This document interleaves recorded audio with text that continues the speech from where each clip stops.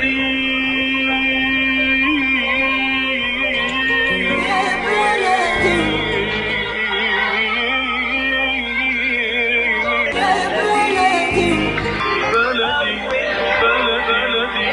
بكل الذين ينضموا للاستماع إلى راديو بلدي أول راديو عربي أمريكي ويعنى بقضايا العرب في المهجر. برامجنا في راديو بلدي كل يوم جمعة من 8 وحتى 9 صباحا مع ليلى الحسيني في بث حي ومباشر عبر WNZK راديو 690 AM. صباح الخير بلدي، صباح الخير لكل مستمعينا. Welcome to Radio Baladi, the first Arab, Middle Eastern, and American simulcast radio show. Radio Baladi is broadcast every Friday morning on WNZK 690 AM from 8 until 9 Eastern Time on Good Morning Michigan with Layla Al-Husseini. Our call-in number 248-557-3300. And now, stay tuned for the best radio talk show on Arab and American issues with your host, Layla Al-Husseini.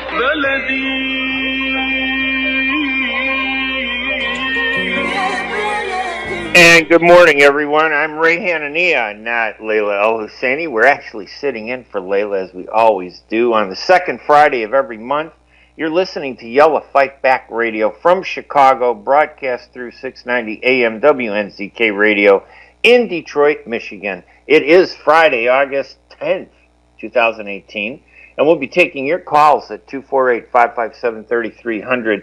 Yella Fight Back Radio is part of the U.S. Arab Radio Network, hosted by Layla Al-Husseini, in an effort to energize and empower Arab Americans to stand up for their rights. For more information, go to my website at hanania.com.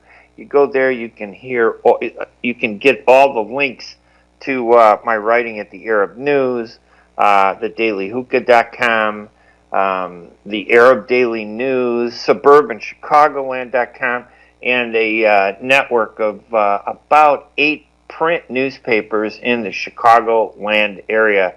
This edition of Yella Fight Back Radio features a discussion about Michigan's primary election results from this past Tuesday, and our guest to help us is political analyst Dennis Denno, who is president of Denno Research.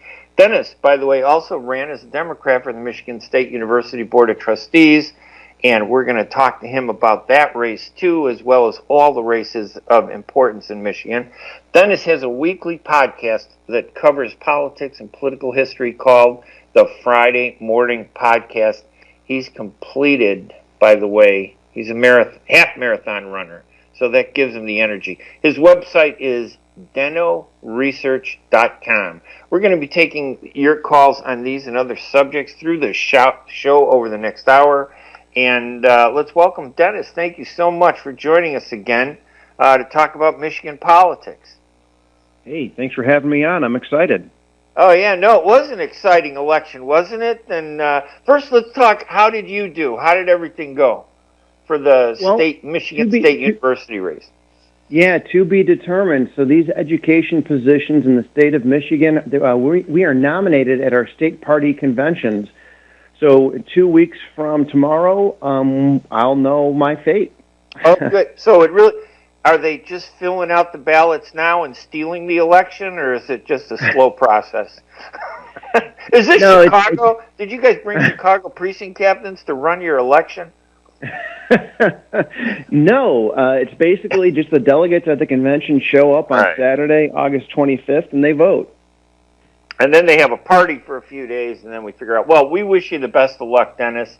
Known you a long time. You do a great job, and I remind everybody to listen to your podcast. What's the best way for them to get to your Friday morning podcast? How would they get it? Yeah, so we're on all the podcast platforms. We're on iTunes. We're on Google Play. We're on a website called theballingerreport.com. If you just go to Google and type in Friday Morning Podcast, you'll find us. We're all over the place. Sounds great. That's what listeners will do. Of course, there were a lot of elections in Michigan this past weekend, but two interesting ones involved Arab Americans. One was for governor with Abdul El-Sayed. Now, he lost to Gretchen Whitmer, and I think the last time you were on, we both kind of agreed that Whitmer was the leading Democratic candidate to win the Democratic primary nomination. And it was a little unusual because Abdul El-Sayed didn't have any experience in the past holding office or running for political office. And it was kind of, curious, why would he run for the top seat in a state that's so difficult to win? He didn't do bad, but he didn't do that great either. But he did get a lot of support from the Bernie Sanders people, from, Moore, the filmmaker, Ocasio-Cortez, I think, endorsed him. They made a big deal about him being Muslim.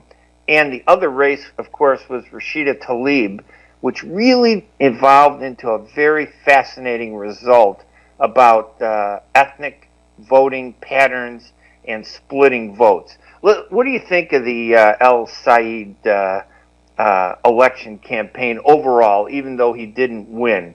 How did he do? He did really well. He got, I think, 30% of the vote. For someone who's never run for office before, for someone who kind of came out of nowhere, I think he can really hold his head up high. He built a progressive coalition. There were people all over the state that were fired up for him. Bernie Sanders came in the last weekend to support him. And, I think he should be really proud of his campaign. And is that the victory, though? Hey, we're proud of your campaign. You did a better job than any first-time candidate. Is that the goal of the leftists and the Bernie Sanders people, that, hey, he's our guy?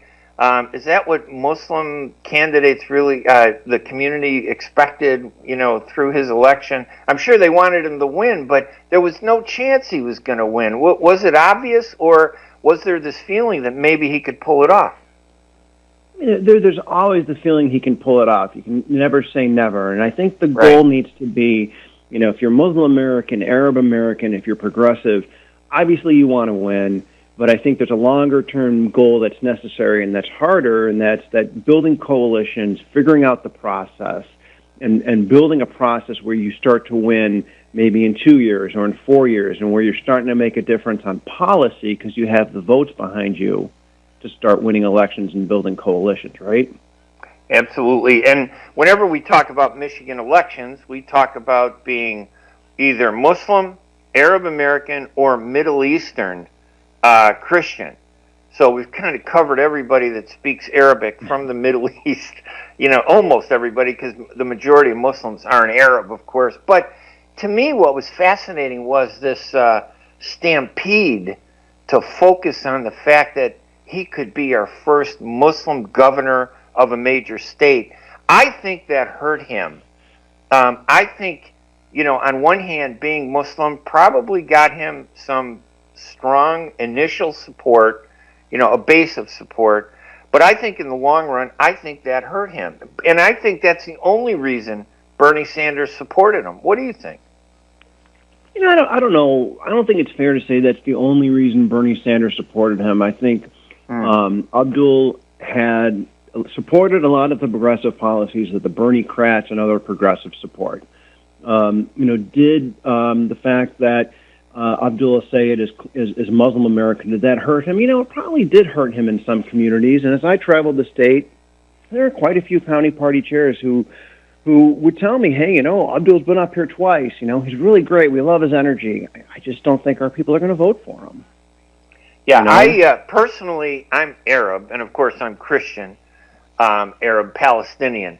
I hate it when the religion trumps the ethnicity and nationality. It bothers me that Arabs run as Muslims. It bothers me because the majority of Muslims are non-Arab. Oftentimes Americans, especially politicians who don't like us, like Mayor Rahm Emanuel in Chicago, he loves Muslims. He just doesn't love the non-Arab Muslims, who are 28% or 22% of the Muslim population in the United States. So it always bothers me and maybe it's the media's fault that cast him as he could be the first, Muslim governor in the United States. Maybe it was, unfair on the media's part to kind of hone in on that rather than look at, as you say, some really good progressive policies that he offered. Yeah, I don't know. And the other thing is, is that he never shied away from it, and it wasn't like an afterthought for Abdul, or for Rashida Tlaib. I mean, they both talked about it. So I think that made it an issue too, right?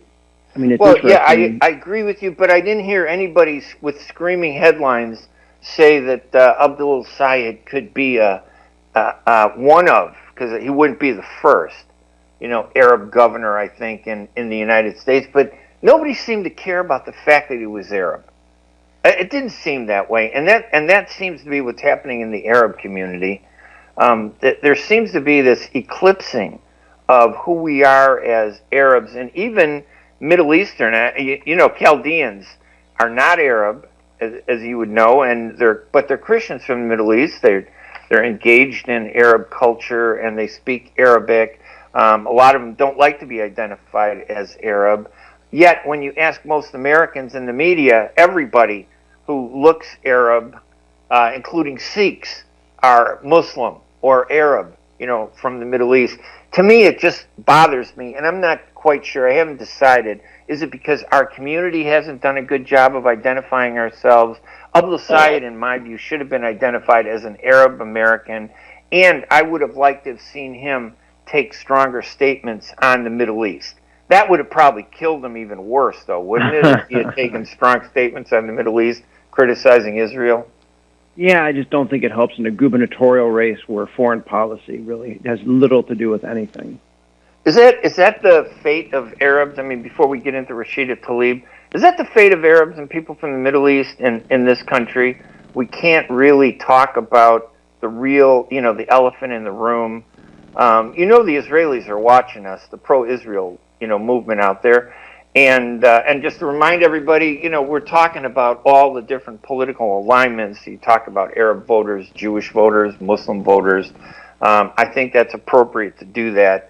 And but it just seems that it's like a bear trap for us.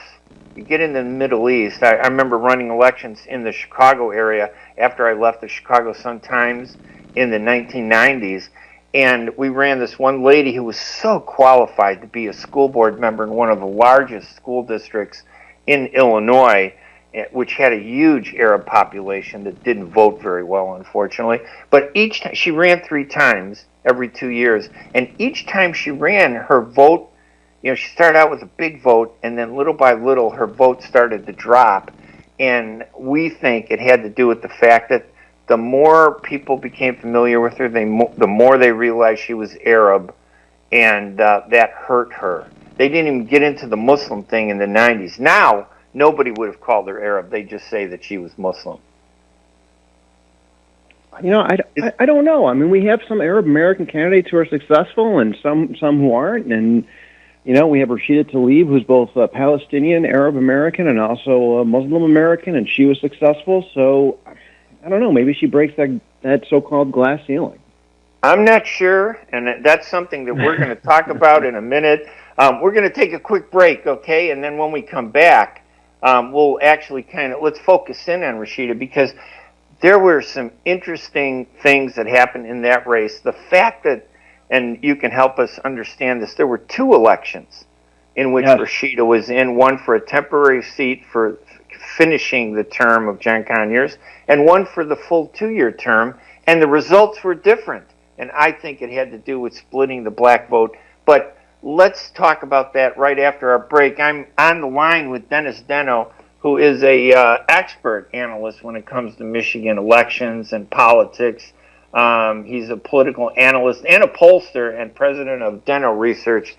And I always enjoy talking to him because we talk about politics a lot in the Arab American community, but we're not really that deeply sophisticated about it nationally.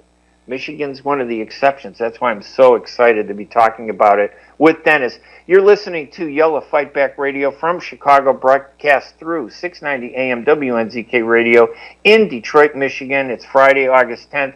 Our number is 248-557-3300 if you want to join the conversation or share a view about some of these topics. We want you to call in 248-557-3300. Dennis and I will be right back right after these messages. Life is a nonprofit charity that's provided humanitarian aid and development to people and communities for over 25 years, regardless of race, color, religion, or cultural background. When disaster occurs here or around the world, Life for Relief and Development rushes in to provide food, medical aid, and shelter to those in need.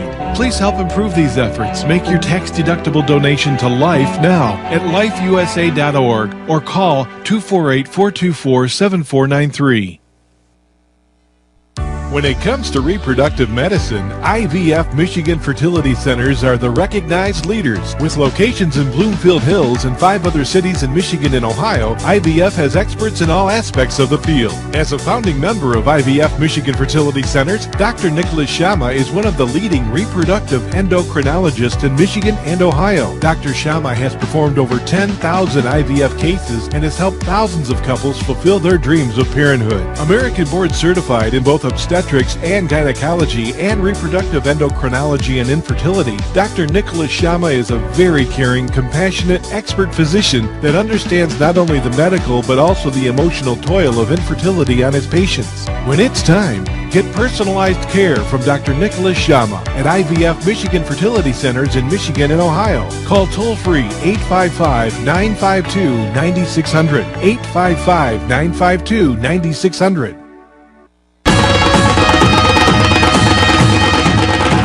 بدأناه معكم وعهدناكم على أن نستمر بمزيد من المتعة والعروض الحصرية على قناتي زي ألوان وزي أفلام. زي ألوان هي أول وأكبر قناة مسلسلات عربية هندية في أمريكا. أضخم الإنتاجات، مسلسلات حصرية، ومع زي أفلام فأنتم على موعد مع مغامرة جديدة كل يوم لاكتشاف سحر بوليوود. تابعوا حصريا قناتي زي ألوان وزي أفلام الآن في أمريكا على ديش نتورك وسلينج تي في. The Rama Relief Foundation provides humanitarian aid into areas inside of war-torn Syria, as well as aid to the refugees who have fled to the neighboring countries in the Middle East. The foundation offers food baskets, container shipment, mental health, education, soup kitchens, and more. Go to ramarelief.org or call 248-990-4247. Any donation amount made to Rama will go to sustaining many lives. Call now 248-990-4247. Ziyad brand. Quality products from our family to yours. Ziyad Brothers Importing offers the finest quality products, including brands like Sultan, Kraft, Nestle, Hook, Rico Picon, Donna, and many more. Ask your retailer to carry these fine products because you deserve the very best. For more information, visit our website at www.ziyad.com. That's www.ziyad.com. Ziyad, quality products from our family to yours. And welcome back to Yellow Fight Back Radio, broadcast from Chicago through 690 AM WNZK Radio in Detroit, Michigan. It's Friday, August 10th. I'm Ray Hanania, your host, and we'll be taking your calls at 248-557-3300 in just a minute. My guest online is Dennis Denno. He's president of Denno Research. He's also a podcaster. He does the Friday morning podcast. You can just type in Friday morning podcast on Google or any of the online search engines, and you can pull up his podcast, which is really fascinating. I really enjoy it. I listen to it and steal his ideas all the time because they're so good. Dennis is on the line with us. Dennis, again, thank you for joining us here on Arab American Radio. Hey, thanks. Thanks for having me on. Yeah, and hey, listen, give us kind of a capsule of the Rashida Tlaib race and her background, and why was it so significant, and is it significant in your opinion? I think it's very significant. I mean, so Rashida Tlaib was a state rep here in Michigan. She served 3 two-year terms, and then she got termed out due to term limits, and then she had a few years off, and then she ran for Congress. This is in the 13th congressional seat. It's a very, very Democratic seat. John Conyers retired early from that seat. He was the Dean of Congress, and so Rashida Tlaib ran. And there was a mayor from one of the Detroit suburbs who ran, and then there was a handful of Detroiters who ran. So Rashida Tlaib was successful. She will be the first Muslim American woman in the U.S. House of Representatives, which is very significant. And it was a very interesting race. And there were actually two elections, correct? That voters voted on. And at first, many people thought, hey, the results are different. Maybe it was confusing. But I have a theory. I think the race for Congress, the full 2-year term, had a fewer number of, more candidates and more African American candidates. I think there were 4 in addition to the one mayor and to Rashida. And then in the other race, which was only about filling out the remaining 2 months of John Conyers' term, there were only 4 candidates, and only 2 African Americans. And with the African American vote not split in that race, Jones, Brenda Jones, won that race to serve out. And that's interesting, right? She's the Detroit City Council president. Now she has this big issue in front of her.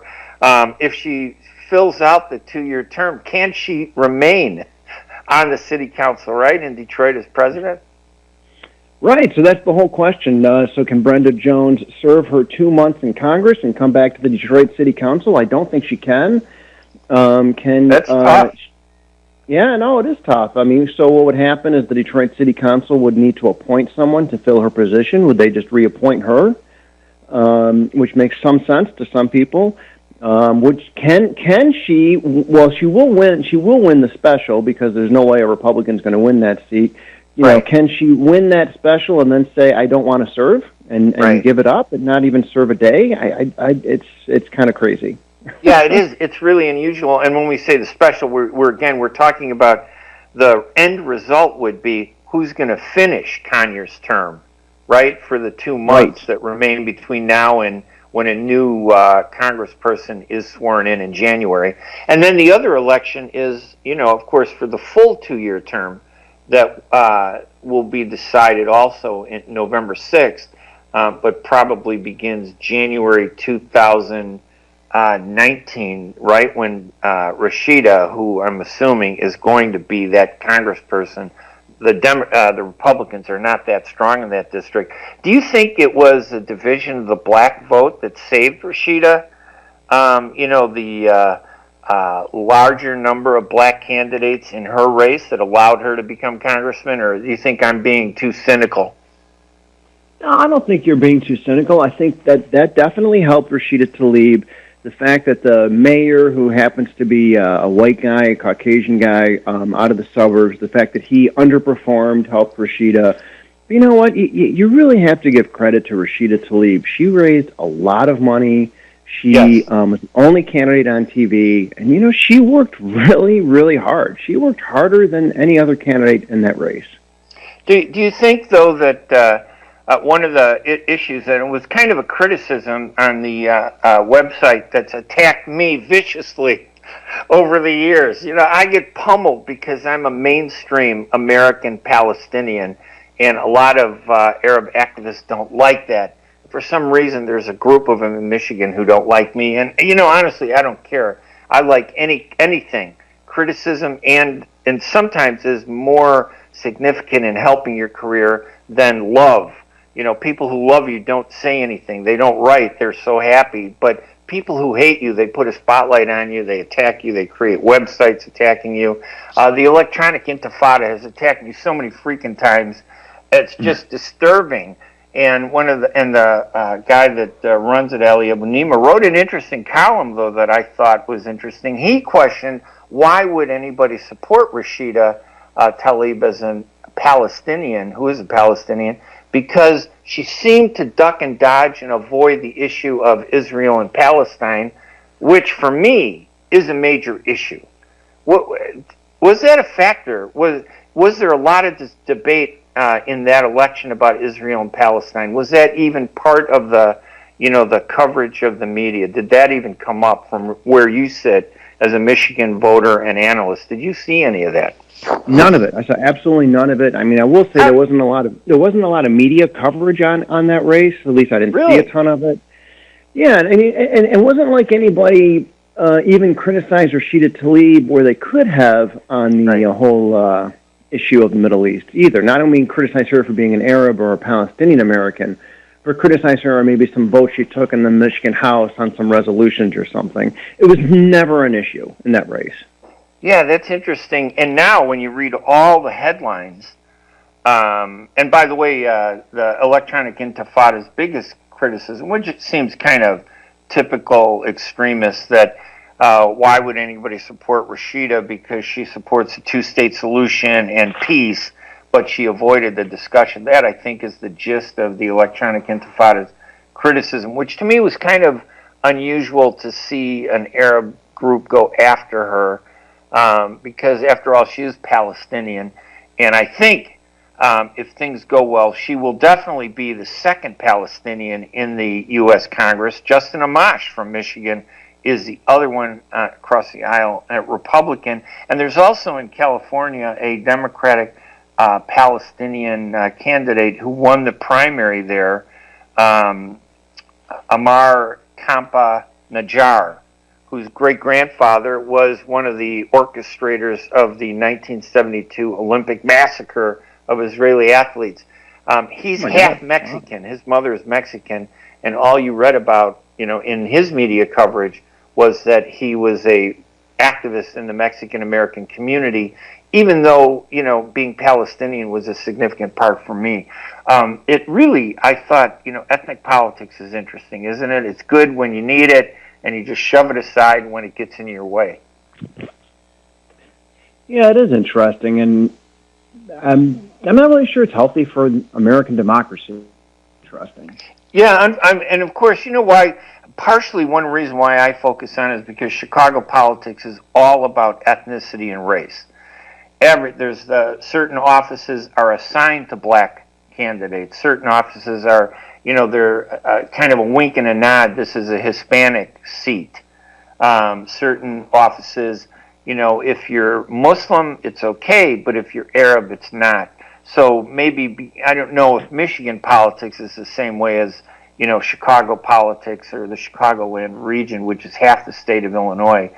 It plays such a significant role out here. Let's go to the phones and at 248-557-3300, 248-557-3300, and take calls. And we'd love to hear what any of you have to think about. Good morning. Hey, Jerry, how are you? Mr. Ray Hanania. Our first caller, we appreciate it, always. You're welcome, and good morning to Mr. Dennis Denno. Isn't it refreshing to hear Dennis's views? We don't have a lot of people in American politics, Jim Zogby, Dennis. So it's just refreshing to hear their take on some of these elections. Unfortunately, we're still at the stage where it's all about Arabs and Muslims in the Middle East. Ray Hanania, we are proud of you. Matter of fact, I was thinking we should impeach the mayor of Chicago, Emmanuel, and put Ray Hanania. I believe Ray Hanania will do much better job than the current mayor. This current mayor, since he came from the White House when he was, I believe he was the chief of staff during President Obama, right? Yeah, and we tried to give him the benefit of the doubt. Exactly, Emanuel. But you know what? He is the worst mayor in Chicago. He is the worst. Terrible. The crime, terrible gun violence. The crime rate.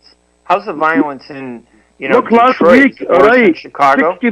65 citizens in Chicago, they were shot to death. Actually, 75. The media varied. Yeah. 75 were shot. 12 were killed. 12 were killed. It is no different than Al Capone when they were in Chicago 5 decades ago. I mean, this guy... the truth is Al Capone didn't kill as many people as are killed by street gangs in the streets of Chicago. So tell us... Listen, Jerry, tell us about about the elections. Okay, about the election, I want to thank everybody who ran for the office. If they win or they lose, but we appreciate their effort, they try. So I congratulate all of them, winners or losers. There's no such a loser. There is such a thing, they call it, they try. They try, and they could try again. Now, to Mr. Dennis Ray, I want to say something. I want to make a comment. I do believe, I might be wrong, religion did not play a factor on the loss of Dr. Abdul Rahman as-Sayyid as a governor, running for governor for Michigan. And I told you why, Dennis, and then I'll let you give me the answer. 2 terms. The former president of the United States, Barack Hussein Obama, he ran 2 terms, and everybody knew his background was a Muslim. Now, Rashida Tlaib, and I hate the people, the media, they mention the first Muslim. No, she is American, she is Middle Eastern. You don't have to say the first Muslim. Now, look, she won the 13th district. Look at Fayrouz Saad. She won the 10th district. Look at Ali. No, I don't think she did. Did she, Dennis? She won. Fayrouz Saad, she won. Yes, sir. No. Now, Ray, what I try to say, Dr. Abdul Rahman, his weakness was nobody knew about Dr. Abdul Rahman al-Sayyid till a month, 2 months before the election. Nobody, matter of fact, Dr. Sheree Tanadar, I do believe he spent $12 million, so his commercial was all over, and still he made only 18% of the vote, and Dr. Abdul Rahman al-Sayyid made over 30% of the vote. So congratulations to all of them. But now I just want to say, I don't think religion play a big role. Dr. Abdul Rahman al-Sayyid, his weakness was lack of experience as a fresh politician. The second thing, and I mentioned that in some other radio talk show, when he speak, Dr. Abdul Rahman, he used the revolutionary speech. This is not the Middle East. Kind of very leftist, and he was embraced by Bernie Sanders and a group called Our Revolution, which really kind of raised up some criticism. Listen, Jerry, let's ask Dennis to comment on some of that, okay? So I appreciate it. Listen on the radio, because thank you, Ray, for taking my call, and thank you, Mr. Dennis Denno, and let's run Ray Hanania, the new mayor of Chicago. Yeah, that's all I need. Listen, thank you, Jerry. I appreciate it. God bless you. Thank you. Thanks. We're going to take a quick break here, but just to point out something, Dennis, I think, was right. Fayrouz Saad would have been a Muslim member of Congress had she won, but she did lose the August 7th primary. Isn't that correct? In the 11th district. Yeah, unfortunately, she came in 4th in the Democratic primary. Oh, okay, so it wasn't even really that close. But still, listen, the more people that run, the better. We're on the line with Dennis Denno, a experienced pollster, political activist. He's done a lot of work in politics and analyzing it and actually rolling up his sleeves and participating. He's president of Denno Research, and that website is dennoresearch.com, and he has a Friday morning podcast which you can find online by typing in Google search Friday morning podcast. Dennis, hang on 1 second. Let's do a couple ads, and when we come back, let's talk a little bit more about Rashida's election and other races too in Michigan that you feel are important. I'm Ray Hanania here at Yellow Fightback Radio, broadcast from Chicago through 690 AM WNZK Radio in Detroit. Our number 248-557-3300. We'll be right back right after these messages. Are you going to start a restaurant or grocery store soon? Do you need floor plans and designs? Call Najee Abood at 734-744-9796. Do you want to buy kitchen and restaurant equipment at discount prices? Call Najee Abood now, 734-744-9796. New Concept Products and Design, the trademark of kitchen equipment. 5% discount on all purchases of $75,000 or more. New Concept Products and Design, new location, 31185 Schoolcraft in Livonia. Learn more at www.newconceptproducts.com. Call Najee Abood, 734-744-9796. Life is a nonprofit charity that's provided humanitarian aid and development to people and communities for over 25 years, regardless of race, color, religion, or cultural background. When disaster occurs here or around the world, Life for Relief and Development rushes in to provide food, medical aid, and shelter to those in need. Please help improve these efforts. Make your tax-deductible donation to Life now at lifeusa.org or call 248-424-7493. أسواق زمزم الواقع على 24065 أورشد ليك في مدينة فارمington هيلز ترحب بالجالية العربية والكلدانية. تنزيلات كبيرة على عموم المواد الغذائية في يوم الأربعاء من كل أسبوع. لا تنسوا فريش كاري اوت، جميع انواع المعجنات، وايضا صواني الكامبو المشكله والصمون الحار. لحوم حلال الجاليه العربيه والاسلاميه الملحمه باداره قصاب الجاليه المعروف سلوان جربوع. زوروهم على 24065 اورشد ليك في مدينه فارمington هيلز او اتصلوا بهم على 248-476-0300. اسواق زمزم للمذاق عنوان لجميع طلباتكم. اتصلوا على 248-476-0300. اسواق زمزم للمعامله الراقية وكرم الضيافة عنوان. When you're looking for the best in optical care, Dr. Imad Nakash is your doctor to see. With years of experience and thousands of successful procedures performed, you can trust your eyes to Dr. Imad Nakash. See Dr. Imad Nakash and his professional staff for your eye care needs. There's 2 locations to serve you. In Hazel Park, call 248-336-3937. 248-336-3937. In Rochester Hills, call 248-299-3937. That's 248-299-3937. And welcome back to Yellow Fight Back Radio. I'm Ray Hanania here. It's August 10th. Our phone number is 248-557-3300 here on Arab Radio, broadcasting out of Detroit on 690 AM WNZK. On the line with us is Dennis Denno. Just a little bit more on Rashida.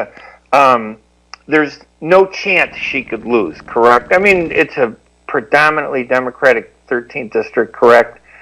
Is there any possibility that there could be an upset? Yeah, I mean it's an overwhelming Democratic seat. It would be a shock if the Republican opponent even came close. Okay, so we can expect her to go to Congress for 2 years. And is it fair to say that is it clear where she stands on issues? Was that made clear, do you think, during the debates and discussions and the coverage? Yeah, no, I think it's clear that she is very progressive, and that she's not going to be, a corporate Democrat. Those are my words. I think she's going to be very active in the community. So it'll be very interesting.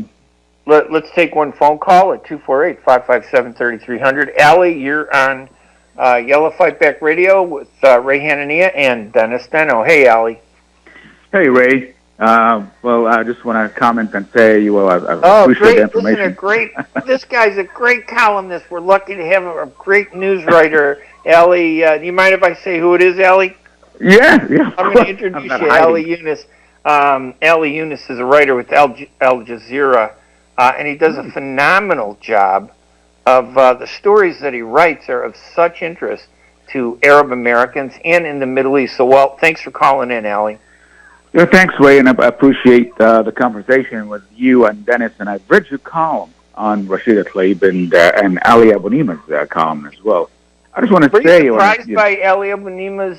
It's like an attack against Rashida, but she's always been a little controversial. I don't know. Yes, and I think people like Rashida Tlaib or Amar Kampa, I think they are at this age in the history of the U.S., ethnic politics, as you refer to, in a transition period, whereas being an Arab or being a Muslim is not 100% accepted in mainstream politics as of yet. Just ask Rahm Emanuel. Yes, but this is specifically if you are an Arab and Muslim, because there's a lot of odds against you, there's a lot of negative perception against you, so you see candidates or winners of office like Tlaib or Kampa try to, slightly distance themselves from the more hot issues such as the Israeli-Palestinian conflict and try to stay a neutral ground, which is, like you say, and in my opinion, is unacceptable. You have to be clear where you stand there. I'm not justifying their position. What I'm saying is it is quite, I see why they try, to distance themselves or stay neutral in order to win office. And I think it is important that people like Rashida Tlaib wins an office, a national office, because it gives credibility to her background and encouragement for a future generation of Arab Americans to try and win office, and hopefully in a better political environment in the future. Ali, stay on the line with us. Don't leave. I'm going to keep you on for a little while if you got time to do that with Dennis. But let's ask Dennis again about this issue of, is it tough? I mean, Michigan, I think, though, Dennis, isn't that kind of an exception? You have such an active Middle East and Arab community. Can you describe the Arab community for us? We've heard so many different descriptions, and the Middle East community in Michigan. Can you give us like a little overview of who they are and what they are, Dennis? Sometimes I feel like I need a PhD to do that, but I mean, that's true. But politically, I would say most Arab Americans and most Muslim Americans in Michigan would be Democrats. Obviously, there's a very, very high concentration in Metro Detroit. Obviously, some suburbs they have larger numbers than others, and definitely politically making inroads, especially within the Democratic Party. I just want to address a couple things that the callers have been saying with regards to Rashida Tlaib. I don't think her being Arab American and Muslim American hurt her in her primary, in her Democratic primary. I don't think in general it hurt her within the Democratic Party itself.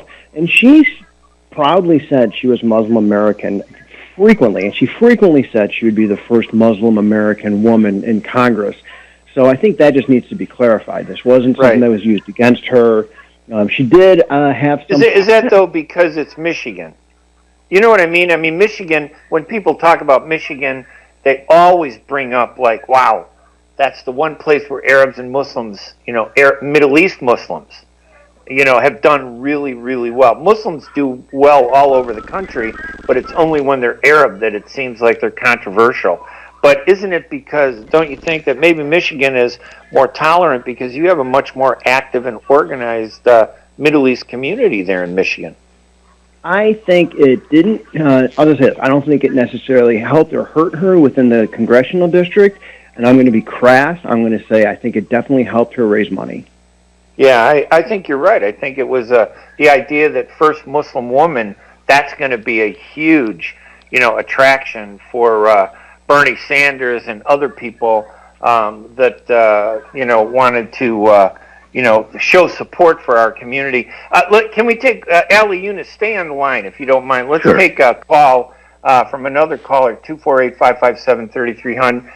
Khalil Hashim, who also has his own radio show. Khalil, thank you for joining us this morning. What do you think about all this?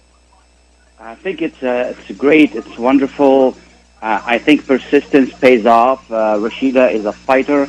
What's really interesting, and I wanted to ask Dennis. First, I want to say great show, Ray, and it's always good to listen to you. And,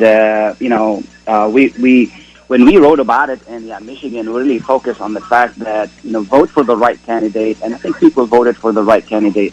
But I have a question for Dennis, and that is, Rashida received quite a bit of African American votes. Her opponent was African American. Do you think, from your research, is it because of what happened with John Conyers, or there is a general mistrust of some kind that she capitalized on?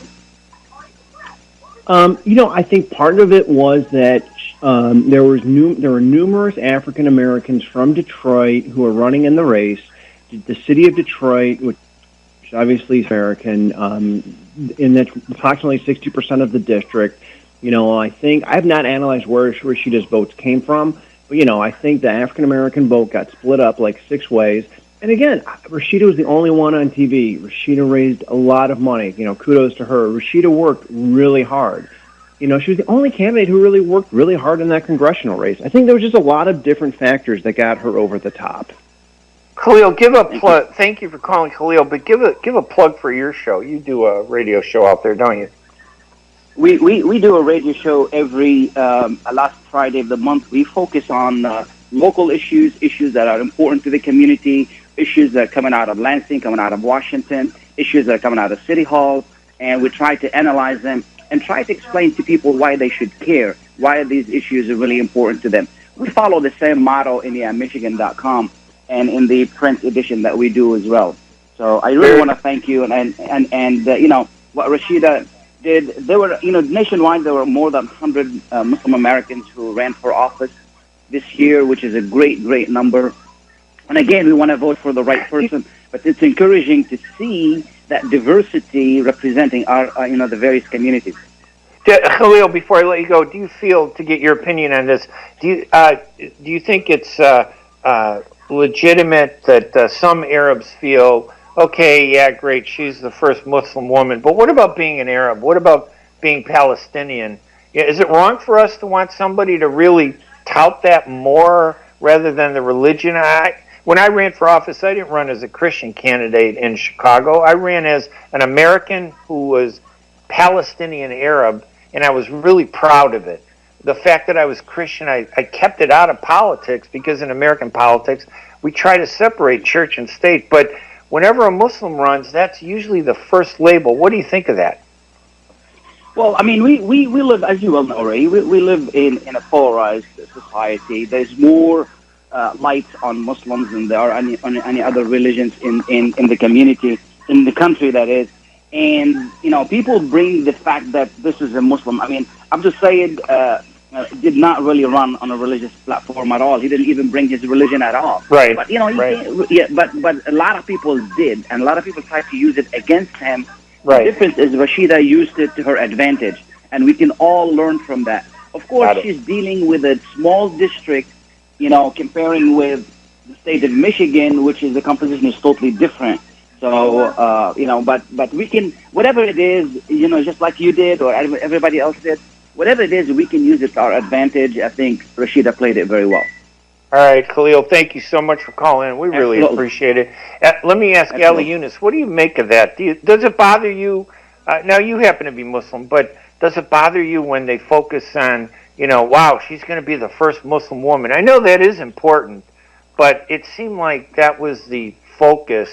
You didn't see much about Palestine or Israel or the Arab-Israeli cause.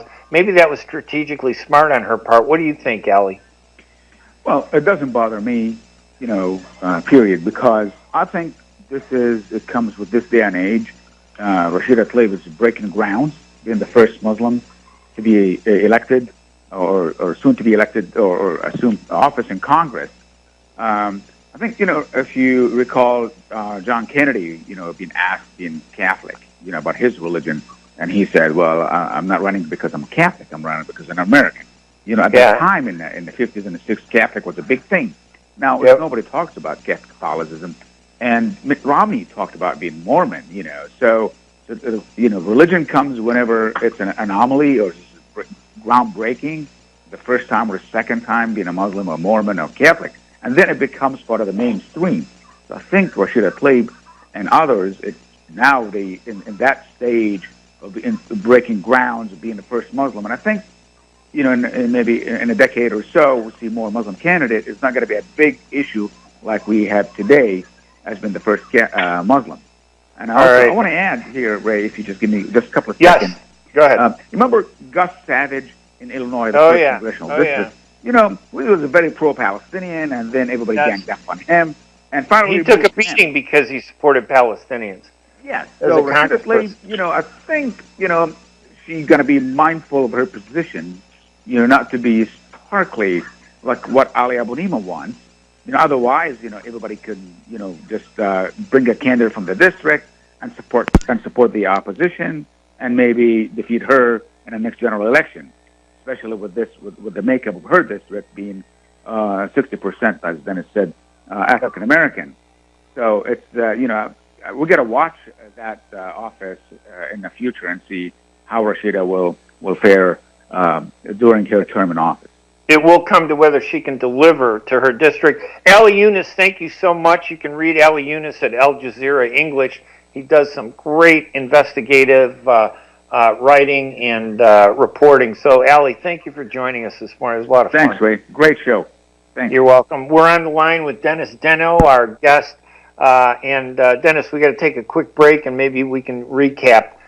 Maybe look at if there are any other elections that were worth looking at. I'm Ray Hanania here at Yellow Fightback Radio, broadcast from Chicago through 690 AM WNZK Radio in Detroit, Michigan. It's Friday, August 10th, and we'll come right back right after these messages with our guest, Dennis Denno of Denno Research. We'll be right back right after these messages.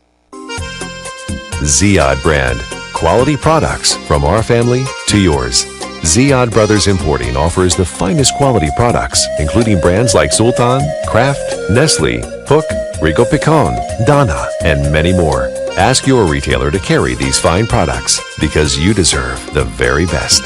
For more information, visit our website at www.ziyad.com. That's www.ziyad.com. Ziyad, quality products from our family to yours.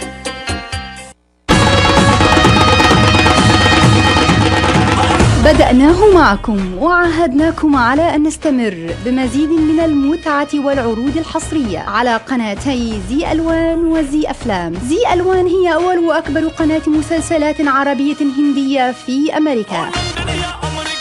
أضخم الإنتاجات، مسلسلات حصرية، ومع زي أفلام فأنتم على موعد مع مغامرة جديدة كل يوم لاكتشاف سحر بوليوود. تابعوا حصريا قناتي زي ألوان وزي أفلام الآن في أمريكا على ديش نتورك وسلينج تي في.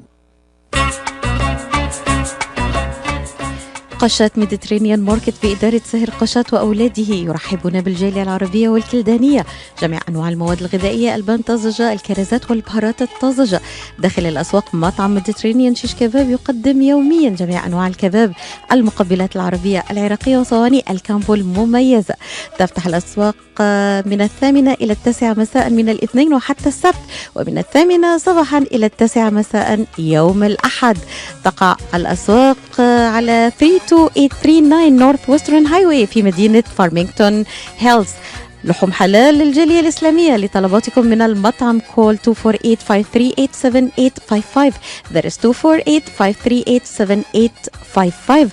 قشة ميديترينيان ماركت، خدمة متميزة ومعاملة راقية. The Rama Relief Foundation provides humanitarian aid into areas inside of war-torn Syria, as well as aid to the refugees who have fled to the neighboring countries in the Middle East. The foundation offers food baskets, container shipment, mental health, education, soup kitchens, and more. Go to ramarelief.org or call 248-990-4247. Any donation amount made to Rama will go to sustaining many lives. Call now 248-990-4247. And you're listening to Yellow Fightback Radio. I'm Ray Hanania. We're on the line with Dennis Denno here at WNZK 690 AM Radio. And maybe we'll just finish it out. We got about 8 minutes. Dennis, what other races, anything else under the specter of this focus that we put on, Rashida Tlaib and Abdul Sayed? Any other races we should be taking note of? Anything significant, anything surprising? Great question. I was thinking about that during the commercial break, and I couldn't think of anything off the top of my head, at least in Michigan. That's all you guys are in Michigan is just Arab and Middle East. No, I'm just joking. That's what you asked me to focus on. So no, I know. I'm joking. I'm just joking with you. So really, nothing else was surprising. Fayrouz Saad did lose the election. She was running. Of course, the Detroit region has a strong Arab voter base, right? I mean, districts around with, in the suburbs of Detroit, correct? Yes, yeah. I'll say you were talking about Chicago politics and how they carve out districts, for Hispanics and yes. African Americans. Here in Michigan, it's, we have a couple of congressional districts and state Senate and state House districts that are predominantly African American, but that's about it. We really don't have any other large, significant voting blocks where districts are carved out. What's the big test then for Rashida Tlaib after she's sworn in January. Yeah. Serving through great question. Through January 2021. What's her big test, do you think? What does she need to do? It's a great question. I mean, look, Rashida Tlaib likes to be a fighter. She definitely has a short temper, and she's going to be on a much. Oh yeah, I've been at the end of that. I've been the recipient of her short temper. She doesn't like criticism at all, and hey, this is America, and that's what you and I and other people do. We make our living criticizing, right? Nobody wants to hear me say nice things about anybody. They just want to hear the analysis. But sorry, go ahead. What do you? Big test. You can say nice things about me all day. I don't mind, but we do. You're a good guy. I appreciate that. No, but seriously, I mean, she has a short temper. She doesn't like to be criticized. She likes to pick fights. She likes to poke the bear. You can do that when you're a state representative in Congress, and she brags about being the first Muslim American woman. She's got a spotlight on her, right? Yeah. And she does. She's going to have to do something, right? You can't just take the crown of being the first Muslim, Congresswoman, female Congress member, and then not stand up and fight for Muslims. But do you think she's going to make being Arab, or is that going to kind of be pushed down to the side, the fact that she's Palestinian? I think when she was in the Michigan legislature, she definitely talked up the fact that she was Arab American. And now, when she ran for Congress, she talked up the fact that she was Muslim American. So I think it'll be interesting. I'm not saying that as a criticism of her, but right. It'll be interesting to see how she does it. Yeah, and you had mentioned that she had served 3 two-term sessions. One in the Illinois or the Michigan House and the Michigan Senate. What was the third? Because you do have term limits for legislators and some other offices, I guess, but not for congressmen, correct? Right. No, not Congress. There's no term limits on Congress. That's a federal issue. She served 3 two-year terms in the Michigan House, and then she was termed out of office. We have very draconian term limit laws here in Michigan, so she could only serve 3 two-year terms. Yeah, and what do you think of term limits? I mean, I'm against them. I think voters should decide whether someone is good and should stay in or that somebody should be out. Do you have any feelings about term limits yourself? Yeah, I mean, in general, I really don't like them, and I'll say this. I was a staffer in the Michigan legislature for 16 years. I kind of don't have a problem with the governor only serving 2 four-year terms. I don't have a problem with state senators serving 2 four-year terms. I think only 6 years in the Michigan House is just absolutely crazy, and it's a detriment to democracy and to good government. Yeah, I don't like the idea that a law decides who is or can't represent the voters. If the voters want to keep you for life, I mean, Conyers, he was in there since 1967, correct? I mean, he was the dean, wasn't he? The longest serving member, I think. Longest, yeah, and I think he was there since I thought the early 60s, maybe it was the late 60s, I don't remember. All right, any other final thoughts at all? Anything else that we missed, or if not, then give us a. Yeah, I just think the other comment here is, as we're talking about ethnic politics and Arab American, Muslim American politics, and that becoming an issue. A lot of this is an issue because of Donald Trump, and he's making it an issue. And I didn't see this as much of an issue, when Obama was president, when Clinton was president, even when Bush was president. I just think there's such a hyper focus on this in the past 2 years, thanks to our current president. And we got a minute left, but that's an interesting question. There was so much was made during this last presidential election that Michigan went for Trump, but and that it should have gone for Hillary. Everybody expected it to. You see any change in that, or do you think that a Republican, and I'm assuming Trump, can he take and hold on to Michigan if in the next election? I don't think Trump runs for re-election, and I think if he runs again, I don't think he wins Michigan. All right, Dennis Denno, my guest. His website is Denno Research. Dennis, and he does the Friday morning podcast, which you can look up on Google. Dennis, thank you for joining us. I really appreciate it. We got to do this again. Yeah, I look forward to it. Thank you. You're welcome, Dennis Denno. I'm Ray Hanania. I want to thank everybody, including Mike, our producer, in the studio for doing everything on WNZK AM 690 and Layla Al-Husseini. Stay tuned to this radio station Monday through Friday from 8 to 9 o'clock in Michigan, online also, and get some great Arab American radio. I'm Ray Hanania. I will be here next Friday, so make sure you tune in. I'll be here next Friday. Talk to you later, everybody. Have a great week. Bye-bye.